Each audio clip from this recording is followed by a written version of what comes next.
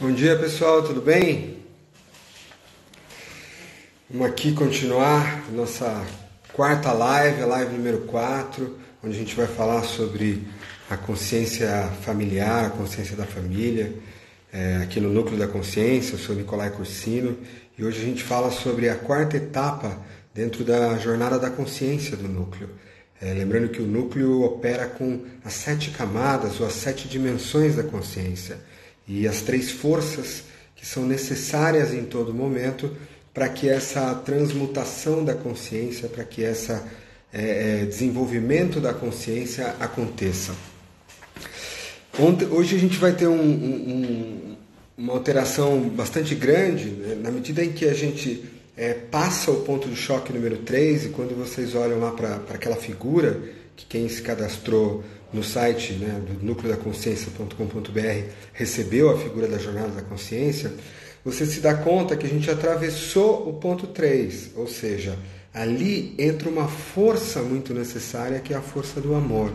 Então é como se a gente vem numa consciência que é menor em tamanho, né? O que a gente vai dizer que ela é mais individual.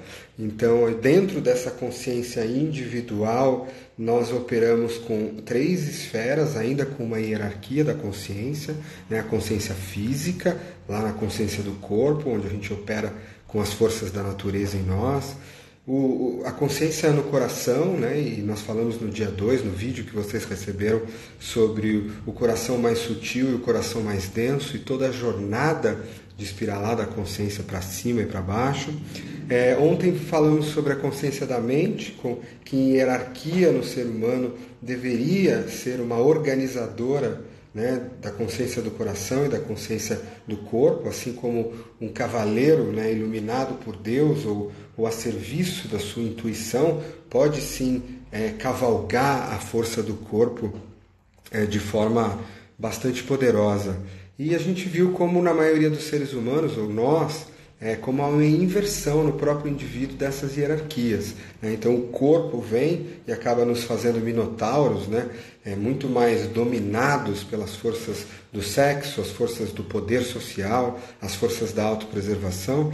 E o nosso coração, quando vibrando em forma mais densa, em consciência mais baixa, vai sintonizar emoções, né? Águas um pouco mais espessas, né? Então a gente não vai estar operando nas águas limpas, lá do alto da lagoa, a gente vai estar operando em águas um pouco mais escuras, um pouco mais espessas, como se fosse, né, aquelas águas de pântano, às vezes, ou uma mistura, né?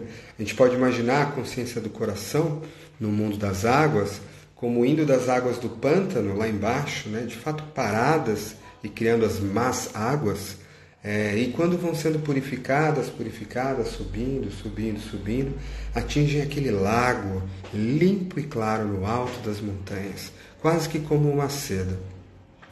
E o que acontece também com a consciência da mente, ao sair do mundo das águas e ir para o mundo do ar, né, o mundo... Ontem nós falamos bastante sobre a diferença entre a mente numa consciência muito alta e capaz de sintonizar com a mente de Deus e ter as experiências diretas de pontos de iluminação, das ideias santas, do Enneagrama, de intuições que vêm do fundo do silêncio, quando a nossa mente mais humana, de certa forma, ou mais densa, se rendeu, né, nos estágios que a gente viu ontem. O primeiro estágio, né, curar essa mente, mesmo ainda bastante humana, e no segundo estágio, de fato, entrar com o processo de morte, de rendição. Até aí nós estamos operando com o ser humano, né? O ser tricerebral, como falava Gurdjieff, e todos os processos de elevação da consciência nesses 3 centros de inteligência. Embora nós também falamos do corpo da Terra, do corpo cósmico, do coração de Deus, do coração cósmico, do coração de uma organização, e assim vai, né? Existe uma inter-relação entre todos os pontos, que a gente acaba dividindo por uma forma de organização, até mesmo para o processo mais eficiente, para que a gente promova a elevação da consciência em absolutamente todas as esferas, da nossa esfera celular e física até a esfera cósmica, passando pelas consciências de tamanho menor, né, e não menos importantes, mas de hierarquia menos complexa, até consciências de hierarquia mais complexa. Quando a gente olha para uma célula do nosso corpo, cada célula como um ser vivo que tem as suas trocas, que tem a sua consciência, existe uma consciência, uma inteligência ali, uma inteligência que sabe o que trocar, que se perpetua, que se funde. E essa inteligência, né, por atuação dos campos morfogenéticos, quase que com uma interação do físico com o sagrado, forma, né, e dá forma aos nossos órgãos. Cada órgão desse acaba se especializando numa área diferente. E esse órgão passa a ser um ser vivo. Ele também é uma entidade. Ele é uma entidade de fato. E no momento que ele é uma entidade, ele é um ser vivo, ele é uma consciência. Ele tem a sua inteligência própria. Não como célula, mas como órgão. E ali ele tem o seu coração, vamos dizer assim. E ele tem a sua influência. Essa consciência do órgão, ela não é mais importante que a célula, porque sem a célula ela não seria formado, mas ela é hierarquicamente superior, hierarquicamente mais complexa. E quando a gente sobe, né, do órgão para o corpo, né, do Nicolai, o corpo de cada um de nós, o nosso corpo também tem a sua própria inteligência, assim como interagindo com o cardíaco e interagindo com o mental. Então, quando a gente olha e nos chama de indivíduos, né, e dá esse nome de eu, e uma das coisas mais bonitas é entender que até aquilo que eu chamo de eu é uma identificação. A gente aprende, sabe, um dos exercícios mais interessantes que eu já fiz conduzindo retiros de transformação de identidade nesses últimos 10 anos, ou seja, retiros onde a pessoa vai para ficar 4, 5 dias literalmente para modificar o senso de quem sou eu no mundo. É um exercício onde a gente pedia para as pessoas, e aí em estado alterado de consciência, em estado bastante focado, olhar para si, para o corpo, né, e dizer a palavra eu. Em estado bastante profundo, você reconhece esse corpo como sendo eu. Né? Eu estou me olhando aqui no celular, eu. E a gente não se dá conta que a gente fez uma identificação muito grande desde o início como bebê. Como bebê a gente não sabia o que era eu, o que era minha mãe. Era eu. E aí tem um momento onde vai havendo essa separação, essa primeira criação, ele é complexo, inclusive, para a criança. E muitos de nós, temos a ideia de que o separa o eu do não eu é a pele, né? Como se fosse assim, ó, daqui para lá é não eu, e aqui para dentro sou eu, né? E se eu não tiver um braço, né? Como é que fica? Enfim, são questões muito lindas, até engraçadas de falar mentalmente, mas em estado de consciência profunda elas são extremamente bonitas, porque nessa prática onde a gente olhava para eu, aí eu olho para minha mão, eu, de repente em estado alterado, eu olhava para uma árvore ou grupo e dizia para a árvore eu, e permitia a consciência da árvore, por um minuto eu conectar que aquilo também sou eu. Gente, isso dá uma expansão absurda, porque quem disse que o eu acaba na pele, né? Então, de alguma forma, a gente está falando de hierarquias de consciências que vão subindo. Isso é bem relevante porque quando a gente passa o ponto de choque 3, né, e a presença da força do amor absolutamente relevante aqui, a gente passa a entrar num mundo de consciências bem mais complexas. Não melhores, não menor, não mais importantes, mas mais complexas como sistema. Então, na hora que eu entro agora na família, eu estou dando um grande salto de complexidade nesse sistema, onde eu, como célula desse sistema, ou um pedaço dele, ou um órgão dele, passo a compor um outro sistema. Só que o interessante de nós, seres humanos, como a gente foi sendo educado a chamar o eu dessa coisa que termina na pele, e se identificando também com nossos pensamentos e emoções mais aqui, embora a gente não se dê conta que a gente está no mar de emoções, a gente fica trocando emoções, sentindo os campos uns dos outros, mas enfim, como a gente foi criando essas identificações e tendo essa ilusão de separatividade, o salto para o sistema, né, dessa alma coletiva que é a família, é um salto bastante interessante, até mesmo do ponto de vista de como realizar a expansão de consciência, a elevação de consciência dessa consciência coletiva, dessa alma coletiva chamada família. A família transcende a nós, ela transcende a esse senso de identidade aqui. E cada um que já tenha querido que isso não fosse verdade, sabe como é que é na realidade. A imagem que me vem, né, eu trouxe aqui hoje uma imagem muito bonitinha, né, e acho que da árvore e as raízes, a imagem que me vem é como se a grande árvore da vida, né, essa consciência que no fundo somos todos nós, quando ela vai se desdobrando pelo planeta e crescendo e formando seus galhos e seus ramos, ao formar um galho, cada galho vai ter um ramozinho assim, sabe? E naquele ramozinho existe um encontro de pequenas consciências, de pequenas células. Se você pertence àquele ramozinho, tem algo que é igual ali, tem algo que é igual. E tem, embora vá haver diferenças, mas tem algo que é da natureza de estar ali, né, em comunhão. Então, se eu olhar para fora, de repente eu vou falar, aquela folha é um indivíduo. Ou não, olha, aquele ramo, pega para mim aquele ramo de árvore. Na hora que eu falei ramo, eu já não distingui as partes. E se eu entrar numa floresta?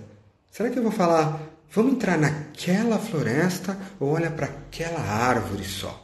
Então é interessante perceber como o micro e o macro, o sistema menor e o maior, no fundo muito mais tem a ver com identificações que a gente faz dessa história toda. E acho que olhando para o núcleo chamado família, é importante olhar para que será que existe a família, né? Para que será que existe esse ramo na qual se desdobram, né, a consciência coletiva ou Deus como uma árvore se desdobrando para níveis cada vez mais sutis e mais lindos, e nós co-criando isso, todo mundo junto ao mesmo tempo, mesmo sem saber. Por que em algum momento são necessários ramos, né? Ramos esses que trocam, né, de existência para existência dentro desse nosso plano. Nada é à toa nessa vida. E eu gosto muito de trazer à consciência uma coisa que para nós é extremamente prática, extremamente empírica, que é a nossa família, ela traz ao mesmo tempo a maior fonte de apoio que a gente tem. Então é aonde, não importa se eu brigue ou se eu não brigue, a gente fala que lá no fim da nossa vida são esses que vão estar ao meu lado de uma forma ou de outra, e assim sempre é. Então a gente acaba vindo para esse plano e tendo afinidades absurdas com determinadas, né, consciências naquele ponto, naquele ramo, e é ao mesmo tempo o lugar, o local de maior desafio para a minha consciência. Isso também não é nenhum... Desde Caim e Abel a gente sabe que isso é arquetípico. Por que será que então no núcleo de uma família são colocados elementos aonde estão ali os nossos maiores desafios? Várias tradições vão falar isso, né? O Livro dos Espíritos do Kardec vai falar um pouco sobre a família e sobre a importância de você tê-la para justamente fazer o que eu chamo de team building, né? Tendo trabalhado tanto tempo com organizações, né, o método que você usa para elevar a consciência de um grupo, de um time, de uma organização, não é só necessariamente a elevação da consciência de cada indivíduo nessa equipe, nesse time. Uma equipe ela tem elementos, ela tem que ter uma missão, ela tem que ter uma interação. E muitas vezes você coloca pessoas, né, que não se dão bem, ou de visões diferentes, para que elas passem a depender umas das outras, interagir umas com as outras. E isso é uma grande bênção do ponto de vista a ver como é que vocês vão lidar com essa história.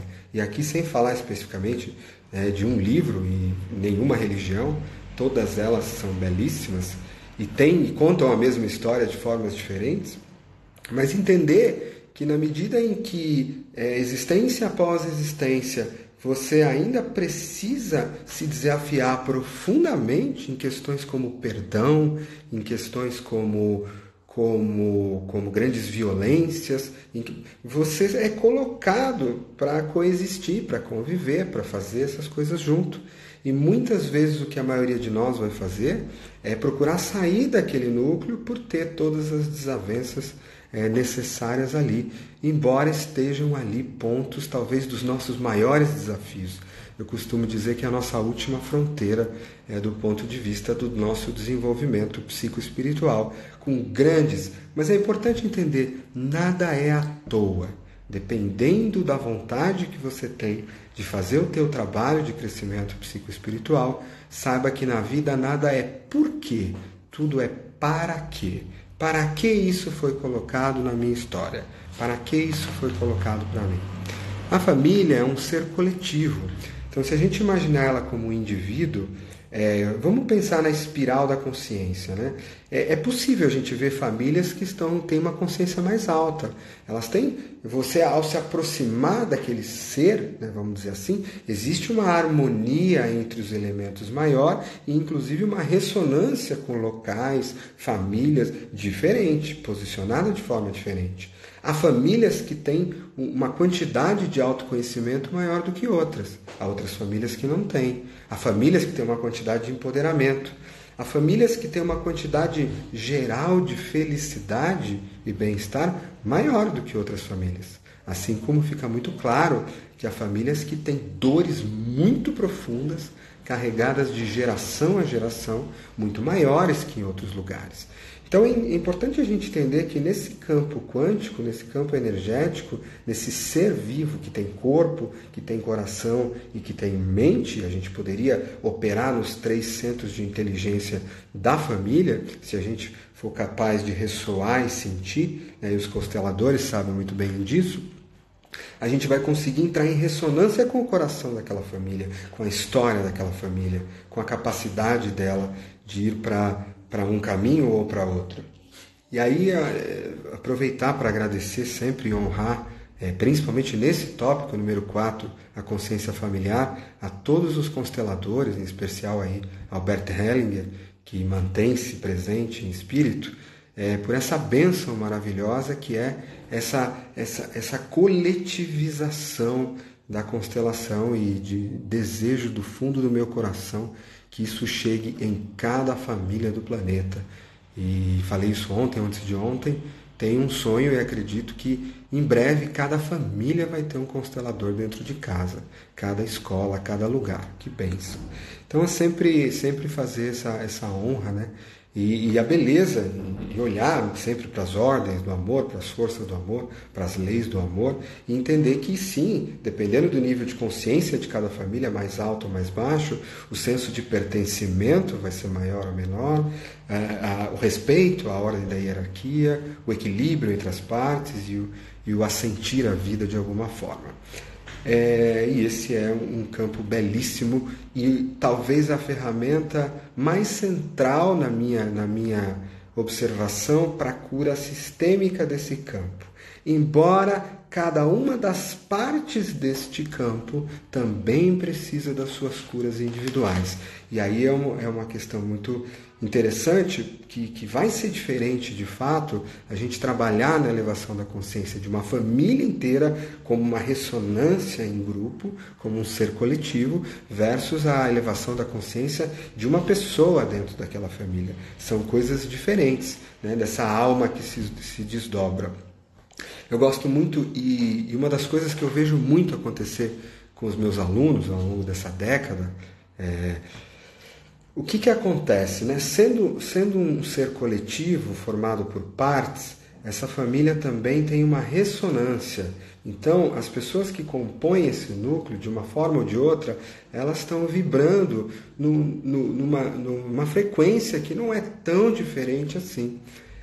Em alguns momentos, ela tem assim a sua singularidade do ponto de vista vibratório. Talvez ela não tenha uma singularidade do ponto de vista de pensamento, de desejos.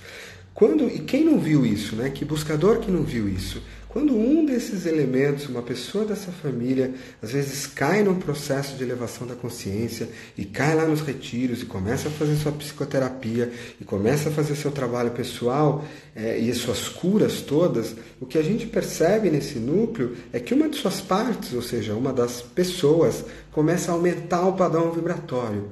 começa a se libertar, começa, portanto, a se sutilizar. E no momento que isso acontece, por uma simples questão de ressonância, isso não é nem bom nem mal, isso é física, simples.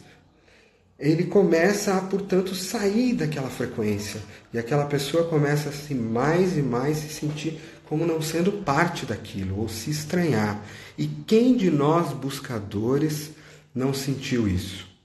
Quem de nós buscadores não sentiu, caramba, eu estou fazendo o meu processo, subindo, e aquele núcleo familiar ali, das duas uma, ou ele está sendo inspirado pelo meu processo, ou ele está olhando para aquilo e de repente um outro indivíduo ali fala, opa, o que é isso aí? Deixa eu seguir o meu processo e a minha cura, e na hora que um vai, dois, vai três, por uma questão de jogo de força, é um campo de força, e a família inteira começa a vir para cima como uma elevação de consciência. E isso é maravilhoso, porque aí você tem cura coletiva. Isso ressoa no universo inteiro. Isso é belíssimo. Não é mais fácil de fazer, né? Como se fosse fácil fazer qualquer trabalho de consciência. Mas é mais difícil você conseguir uma família inteira subir na consciência do que uma pessoa. Ao mesmo tempo, falando em família, esses aqui são os meus filhos me desenhando. Aqui está o papai, né? O cabelo do papai desse jeito, sempre. Então, assim como a gente vai ver numa outra alma coletiva amanhã, que são as organizações, e tendo trabalhado nelas por muito tempo, exige uma quantidade de energia muito maior, né? Porque não é um carrinho só que vai ter que acelerar, agora é um carrão, um furgão, né? Numa empresa às vezes é um caminhão inteiro que vai ter que acelerar. Então a quantidade de energia que tem que ser colocada naquele sistema para ele sair é muito alta. Então quem nunca experimentou eu fazendo o meu trabalho e de repente, cara, tá estranho ficar nessa família. Pô, quem nunca experimentou essa história? Cara, meu casamento tá estranho. Será que essa pessoa vai vir junto comigo ou ela tá ficando para trás? Ela tá me achando esquisito? Tá ficando brava comigo porque eu tô fazendo terapia? Ficando brava comigo porque eu tô me libertando? Caramba, que movimentos são esses dessas pessoas desse núcleo trazendo raiva, trazendo vitimização para que eu não saia desse processo? E eu digo, em primeiro lugar, esse processo é um processo que envolve o amor. Nada disso é feito, entre aspas, de propósito. Eu não acredito nessa coisa. Para mim, entre aspas, propósito só tem a ver com consciência. Se você não tem consciência, tudo que você faz é automático. Então, do ponto de vista vibratório, essas pessoas também talvez estejam pedindo, por favor, me puxa. Mas talvez não seja possível puxar. Será que você tem força para puxar um trem inteiro? Ou será que é um carrinho mais que você tem força para puxar? Então esse jogo de forças ele acontece quando um dos indivíduos de uma família resolve fazer o seu processo de cura. Ele vai ser puxado, em alguns casos ele vai puxar o resto do sistema, ou porque ele, como indivíduo, tem uma força muito alta do ponto de vista de corpo presente na Terra tão profundamente que consegue processar as forças astrais de elevação na consciência aqui com muita presença e com muita força. Ou, na maioria das vezes, eu vou ter que olhar para aquele núcleo e pode ser que em alguns momentos eu tenha que dizer desculpa, eu vou ter que me retirar, eu vou ter que sair, porque quem nunca viveu a história de estar subindo na consciência e todas as vezes que chega naquela família inicial, regride, volta.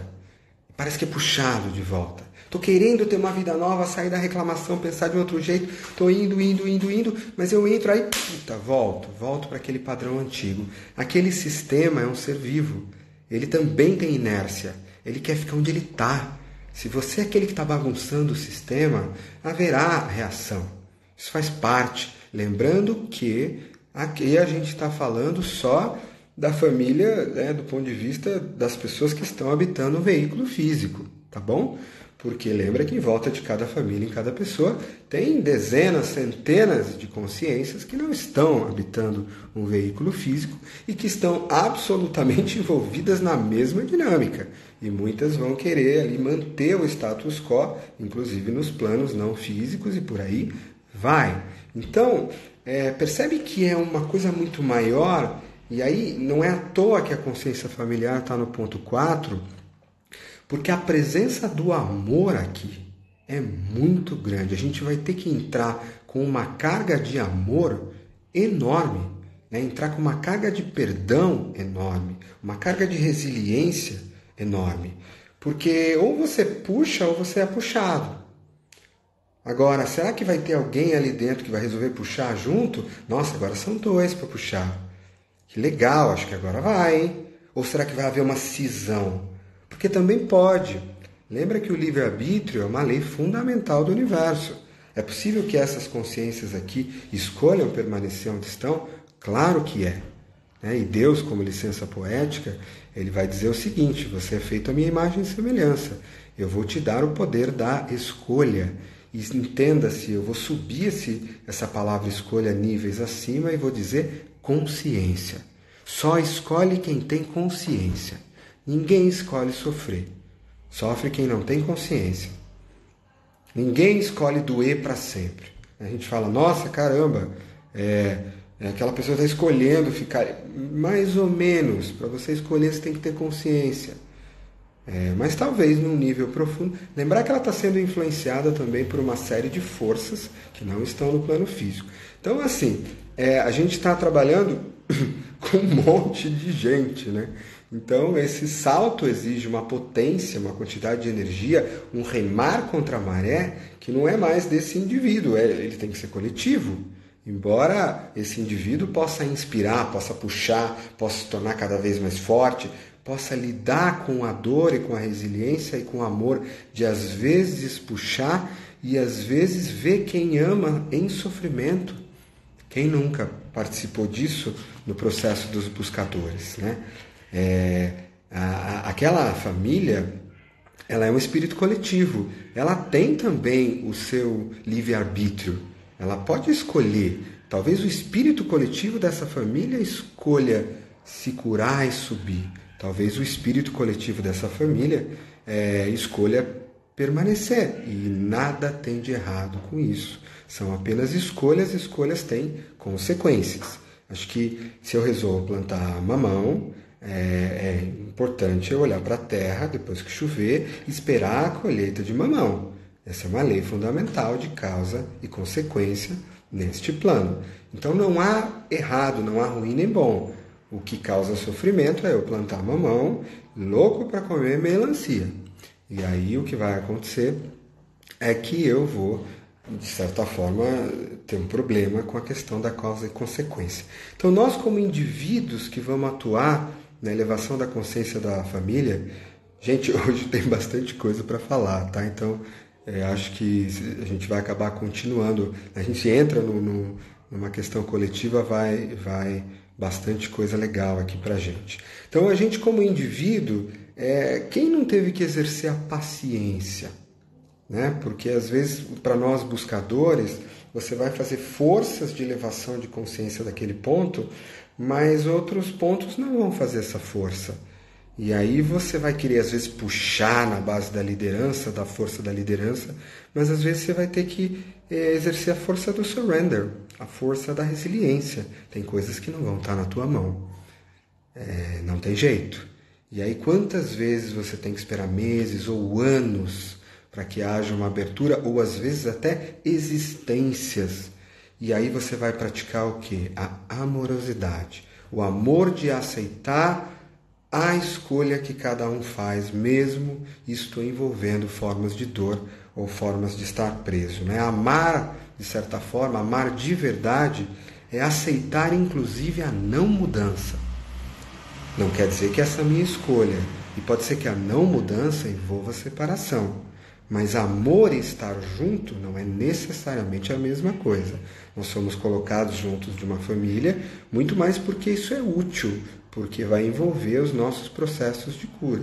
O nosso amor transcende tempo e espaço, inclusive famílias de sangue. Quando a gente resolve muito bem, a gente não precisa, né? Existem as famílias de alma, que a gente não vai falar aqui hoje. De repente, lá no dia 7, né, na consciência cósmica, a gente pode falar um pouco sobre as famílias de alma.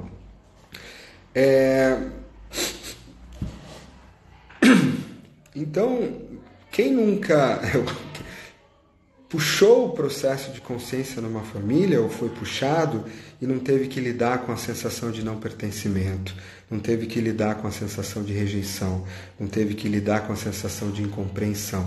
Até isso é matéria-prima para o desenvolvimento da nossa humildade, porque às vezes a gente conquista tantas coisas e a gente acha que tem superpoderes já, né? E na verdade só que não, a gente continua sendo ser humano simplesinho, básico. E a família nos ajuda muito com isso, porque quando você volta para esse meio, é quando você volta para o teu estado mais cru, né? O teu estado mais humano. Isso é muito importante a gente, né, se recordar. Muito bem.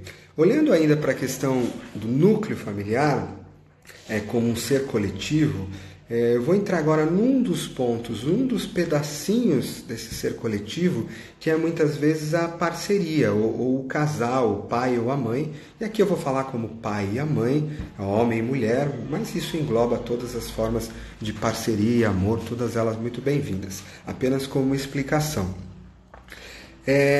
Claro que como sendo um campo de energia, um núcleo que tem a sua consciência própria, a consciência do pai e da mãe geradores ali vai ter uma influência muito alta na questão da consciência desse núcleo, do nível de consciência que ele atinge e como ele vibra. Agora, quando a gente vai para a relação, né, e aqui usando o homem e mulher, quanta cura necessária ainda nessa entidade chamada casal, casamento, parceria, o que quer que seja.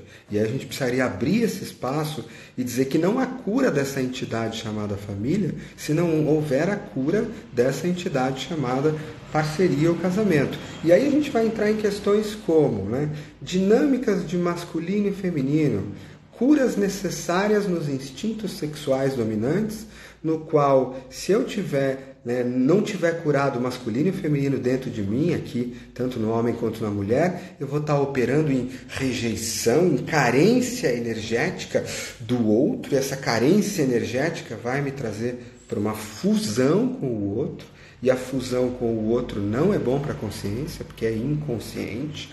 Então, é importante se lembrar, a maioria dos casamentos ou das relações, elas são as pessoas sendo atraídas, querendo satisfazer o teu instinto dominante. E aí eu vou para o Enneagrama, e já anunciando que em janeiro vai ser o meu 2020, meu primeiro curso. Até lá eu estou fora de linha preparando, que vai ser o novo Enneacoaching Cura dos Instintos, uma evolução super Highlander do Cura dos Instintos em 7 dias. E vai ser no final de janeiro de 2020, aqui em Mogi, quando eu inauguro o meu retorno para os retiros dentro do núcleo, para os trabalhos. A necessidade de curar esses instintos, porque se eu entro numa relação querendo satisfazer a minha parte animal e o meu é o sexual, que é alto, voltando lá para o dia 1, eu vou querer essa interação, essa ligação, essa questão de conexão do físico. E aí eu vou querer daquilo, eu vou querer aquilo, eu vou querer aquilo. E quando eu não estou tendo aquilo, eu vou querer aquilo, eu vou querer aquilo. Então minha consciência fica presa nisso. Ou se eu sou um social, eu vou querer aquele casamento para de repente formar uma família e para poder cuidar e para ter, né, uma parceria na vizinhança e por aí vai. Ou eu vou, né, como autopreservação, juntar uma família para ter a segurança naquela família e quem sabe a gente vai trabalhar, juntar nosso dinheiro, nos suportar uns aos outros. Só que todas as vezes que eu entro numa relação pensando naquilo que eu vou tirar dela, isso é 99% das pessoas, eu vou ter problema. Quantos de nós entra numa relação pensando o que eu posso colocar nela, ao invés de tirar? E aí não tem como não trazer aí Neil Donald Walsh, na trilogia Conversando com Deus, que vai falar muito sobre o tamanho da consciência que alguém precisa ter para entrar no casamento com uma visão de parceria evolutiva. Eu não quero tirar nada de você do que me falta. Eu tenho tudo que eu preciso. Você tem tudo que você precisa. E a gente se une para criar uma consciência ainda maior e mais coletiva, para exercitar o amor e a diferença e para andar numa direção que nós escolhemos ser parecida e unidirecional, para construir e se auto-suportar, dar ajuda nesse processo de evolução que é da alma. E claro que isso vai depender do grau de busca individual. Eu atraio para uma parceria o mesmo nível de ressonância que eu tenho. Se eu tenho uma carência muito alta, eu atraio uma carência alta. Ah, mas eu pareço tão bonzinho, eu estou no papel de salvador, aquele que cuida. E a gente vai lembrar do triângulo da análise transacional. Para todo salvador existe uma vítima. E para toda vítima, e pode existir um agressor. Então alguém vai ser vítima, alguém vai ser salvador, a gente vai colar e vai criar um jogo emocional. E se a vítima não estiver recebendo, eu, salvador, me autoanulando, me sacrificando, ela vira agressora e me ataca. E aí eu vou... Esses papéis, esses jogos são muito comuns nas relações. Mas eles são absolutamente ruins, porque a escolha, o resultado final é sempre o mesmo. E da mesma forma, num casamento, aquele que começa a se individuar, a sair desses jogos, se tornar uno, também vai ter a outra parte, de alguma forma, ou vindo junto, ou de alguma forma resistindo. Não é um processo de coragem fazer o nosso processo e, ao mesmo tempo, um processo que, quando a gente consegue fazer em dupla, em trio, em grupo, em família, a gente está mudando o universo inteiro como célula, a família como célula da transformação planetária. É uma busca coletiva, transformar o casamento numa busca coletiva da ascensão psicológica e espiritual, transformar a família num nódulo, num núcleo de ascensão coletiva psicológico-espiritual. Envolve um grande nível de compromisso de elevação de todo mundo, e lidar pessoalmente com essa história toda de medos e rejeições. Falando ainda, finalizando esse tema do casamento, mais ou menos, eu gosto muito de indicar o belíssimo livro do Padre Fábio de Mello, Quem Me Roubou de Mim. Os meus mentorados sabem o quanto eu já indiquei. Esse livro que vai falar um pouco dessa... como é que eu me torno uno? E a gente está num momento onde a aura ao redor de Gaia, do planeta, ela está abrindo um espaço para a cura desse ódio sexual, instintivo entre masculino e feminino. E isso, de alguma forma, está também abrindo a oportunidade para que nessa pequena célula chamada casamento, a gente provoque ali a oportunidade de ascensão e cura e perdão dentro. E lá dentro, se a gente mergulhar ainda mais, eu vou mergulhar dentro de mim e vou encontrar o masculino e feminino dentro de mim, em toda a minha história, de todas as minhas existências, e vou fazer essa cura dentro de mim. E isso pode assustar se tem alguém perto de mim que está carente da minha energia, porque eu não vou ter mais para dar. Eu vou ter que doar a energia do cardíaco, do amor. Isso desenvolve da consciência. É difícil, quando alguém precisa de nós, de certa forma a gente tem uma garantia que ele não vai embora, certo? Então é um processo difícil. E quando a gente suporta um ao outro, pode ser muito belo.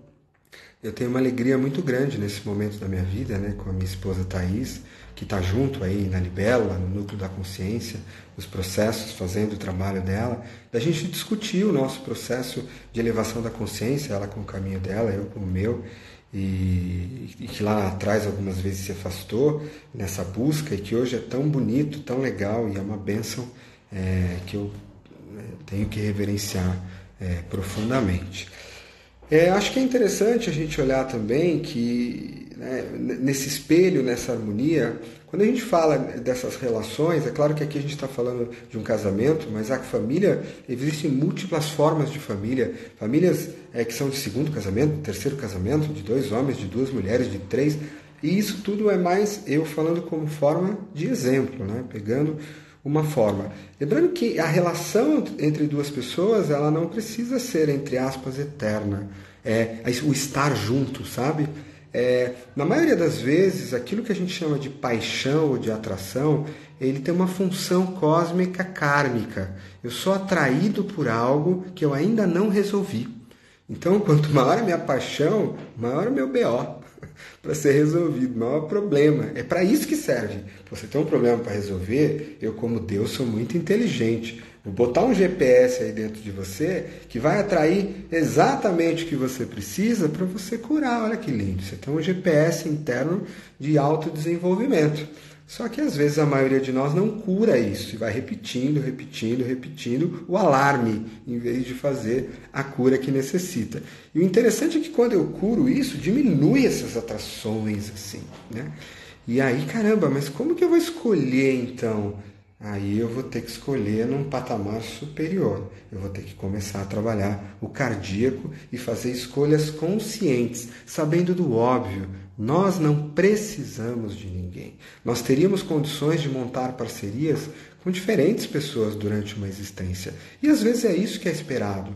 Numa fase da sua vida, numa consciência, cabe melhor uma situação. Uma vez karmicamente resolvida, você precisa de uma outra situação, uma vez karmicamente resolvida. Agora pode ser para alguns que têm muito trabalho de consciência, que uma vez karmicamente resolvidos ambos, eu resolvo entrar em parcerias, às vezes com a mesma pessoa ou com outras, não mais por resoluções kármicas, mas sim por escolhas de parcerias, de condução.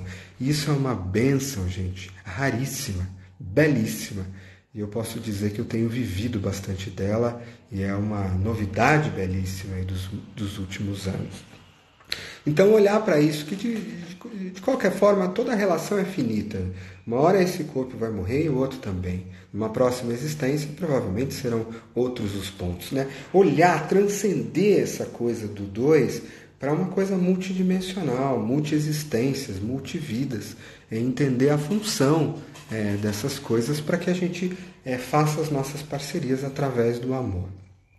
Muito bem, seguindo, e de fato hoje tem mais assunto para falar, peço desculpas aí por estar indo, realmente a gente sobe, então são vários pontos, mas eu queria entrar num outro ponto que eu acho relevante, dentro desse núcleo familiar, que não é a questão do pai, da mãe, vamos dizer, dos cabeças desse núcleo, mas a questão aí, no caso, da educação, do ser pai, do ser mãe.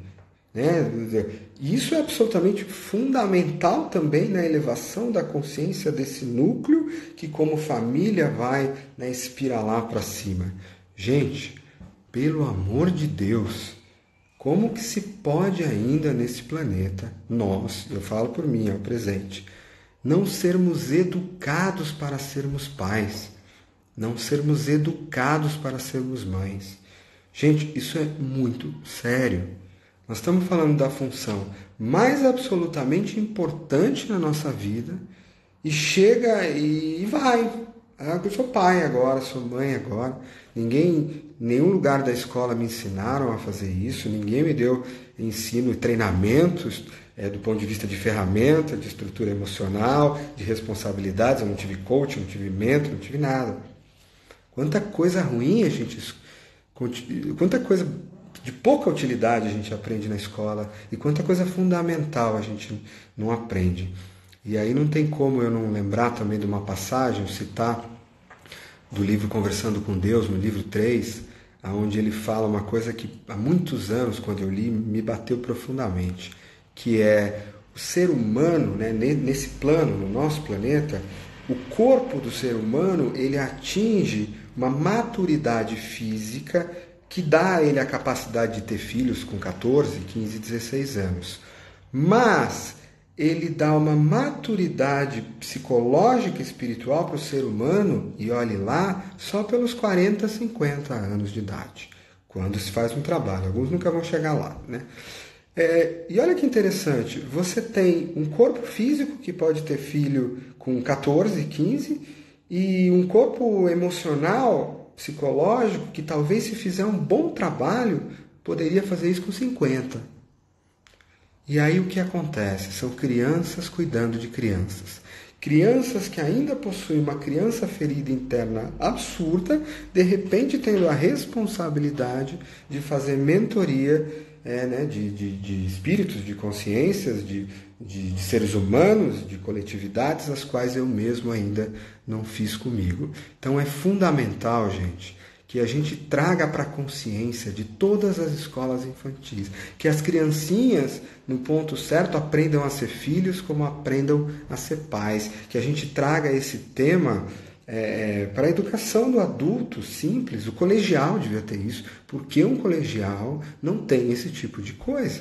E aí a gente reclama que o adolescente teve filho, que isso, que aquilo. O que a gente faz? Qual é a dificuldade de colocar 2 horas de aula por semana, 3 horas de aula, falar em lives, colocar isso na televisão? Não tem dificuldade nenhuma. A gente tem gente muito boa fazendo isso. Aliás, queria mandar um beijo aí para a Paty Cardellini, para a Patrícia, está fazendo um trabalho fantástico aí, desenvolvendo o Enneagrama dos pais e filhos no coaching relacional. A Carol Salles, Ana Carol, que teve hoje de manhã em casa, toda quinta-feira vai, pega os meus 2 pequenininhos, o Gael de 8 anos e o Benício de 6, e está fazendo um processo de desenvolvimento da consciência deles infantil, usando os 3 centros de inteligência do Enneagrama. E eles já conhecem, eles andam no tapete, eles fazem o trabalho todo bonitinho. Então a Carol esteve lá fazendo constelaçãozinha infantil no Enneagrama hoje com eles, eles adoram, o processo está lindo. E sempre dá um beijo na Lorena Araújo, né, a psicoterapeuta aí dos meus pequenos, que faz esse trabalho tão belo. Então, gente boa, né? Meu amigo Tiago Berto da AINE, Cidade Escola AINE, fazendo um trabalho lindo. A Lisandra que está aí, estou vendo. Então, importante, sim, a gente já tem essa massa, a gente já tem essa consciência. O que a gente vai fazer para que, de alguma forma, a gente coloque esse conhecimento, né? Aqui em Mogi, na web, né? Com a Débora, com a Gia, a escola dos meus pequenos, isso está sendo feito. Carol está colocando lá o conhecimento da constelação, a gente está colocando o conhecimento do Enneagrama nas flechas, espiritual, dos raios no ponto todo. A gente está colocando tudo que a gente pode, não só nessa esfera da consciência, como em outras esferas também mais práticas, obviamente. Tá? Então, crianças feridas cuidando de crianças feridas. Crianças feridas cuidando de crianças feridas. Né? E aí, né, olhar para o que um reimprint da PNL faz, né? Fazer uma regressão, voltar para a minha infância, ver as dores e os imprints que eu tive ali, fazer esses processos de cura, fazer o meu processo psicoterapêutico para curar todas as minhas histórias, desamarrar todos esses laços de constelação que aqui estão comigo. São compromissos fundamentais e necessários para o nosso trabalho de consciência da família. E os pequenininhos já conseguem fazer isso com a gente. Lembrando que dentro do Enneagrama, normalmente a minha criança ferida, muitas vezes, ela está posicionada no ponto contrário à flecha. E olhar para uma Sandra Maitreya, a dimensão espiritual do Enneagrama, o quanto é necessário a gente mergulhar lá também, fazer trabalhos tão profundos e tão libertadores. Então a gente já olhou para a família como um ser coletivo, este elemento pai e mãe ou relação e a necessidade das curas pontuais nele, este elemento de transmissão pai e filho e a necessidade das curas, das transmissões, da comunicação, dos processos. Percebam que tudo isso solta um nós que vai permitir a vibração dessa alma coletiva subir, a vibração dessa alma coletiva continuar o seu caminho em direção a Deus. Não é em direção a Deus, porque quem está fazendo esse caminho é o próprio Deus, que somos nós, mas em direção a formas mais elevadas de consciência. Por que será que a gente não consegue, olhando para a família como indivíduo, um convite para que a gente olhe para a nossa família e faça determinações? Qual é o propósito da minha família? Se ela fosse um time, uma empresa, será que a gente pode criar um propósito para a gente criar nessa vida? Eu sempre falo para os meus pequenos, eu falo, olha, e aí, o que vocês vão fazer pela humanidade quando vocês crescerem? Vocês vão encontrar, amanhã a gente vai falar um pouco disso, um trabalho que vocês amem, vão aprender a ganhar bastante dinheiro, vai ser legal, vocês vão aprender a ser empreendedores. E o que vocês vão aprender a fazer pelos outros? O que vocês vão entregar para o mundo? O que vocês vão entregar aí? Então, será que dá para a gente dizer que a família tem uma missão? Sabe que eu andei pensando nisso ultimamente? E eu tenho assumido que uma das missões da minha família, e aí falando desse núcleo agora que eu estou, né, que é eu, a Thaís, o Gael e o Beni, é a missão da consciência. Todos nós temos essa relevância. Os meus pequenos, eles são, entre aspas, cobaias de ferramentas de desenvolvimento da consciência. A escola deles participa disso. A Thaís, na formação como terapeuta dela. O nosso casamento faz isso. A gente se mostra, a gente está aqui. Né? O núcleo da consciência está nascendo, com outras pessoas também, mas com base...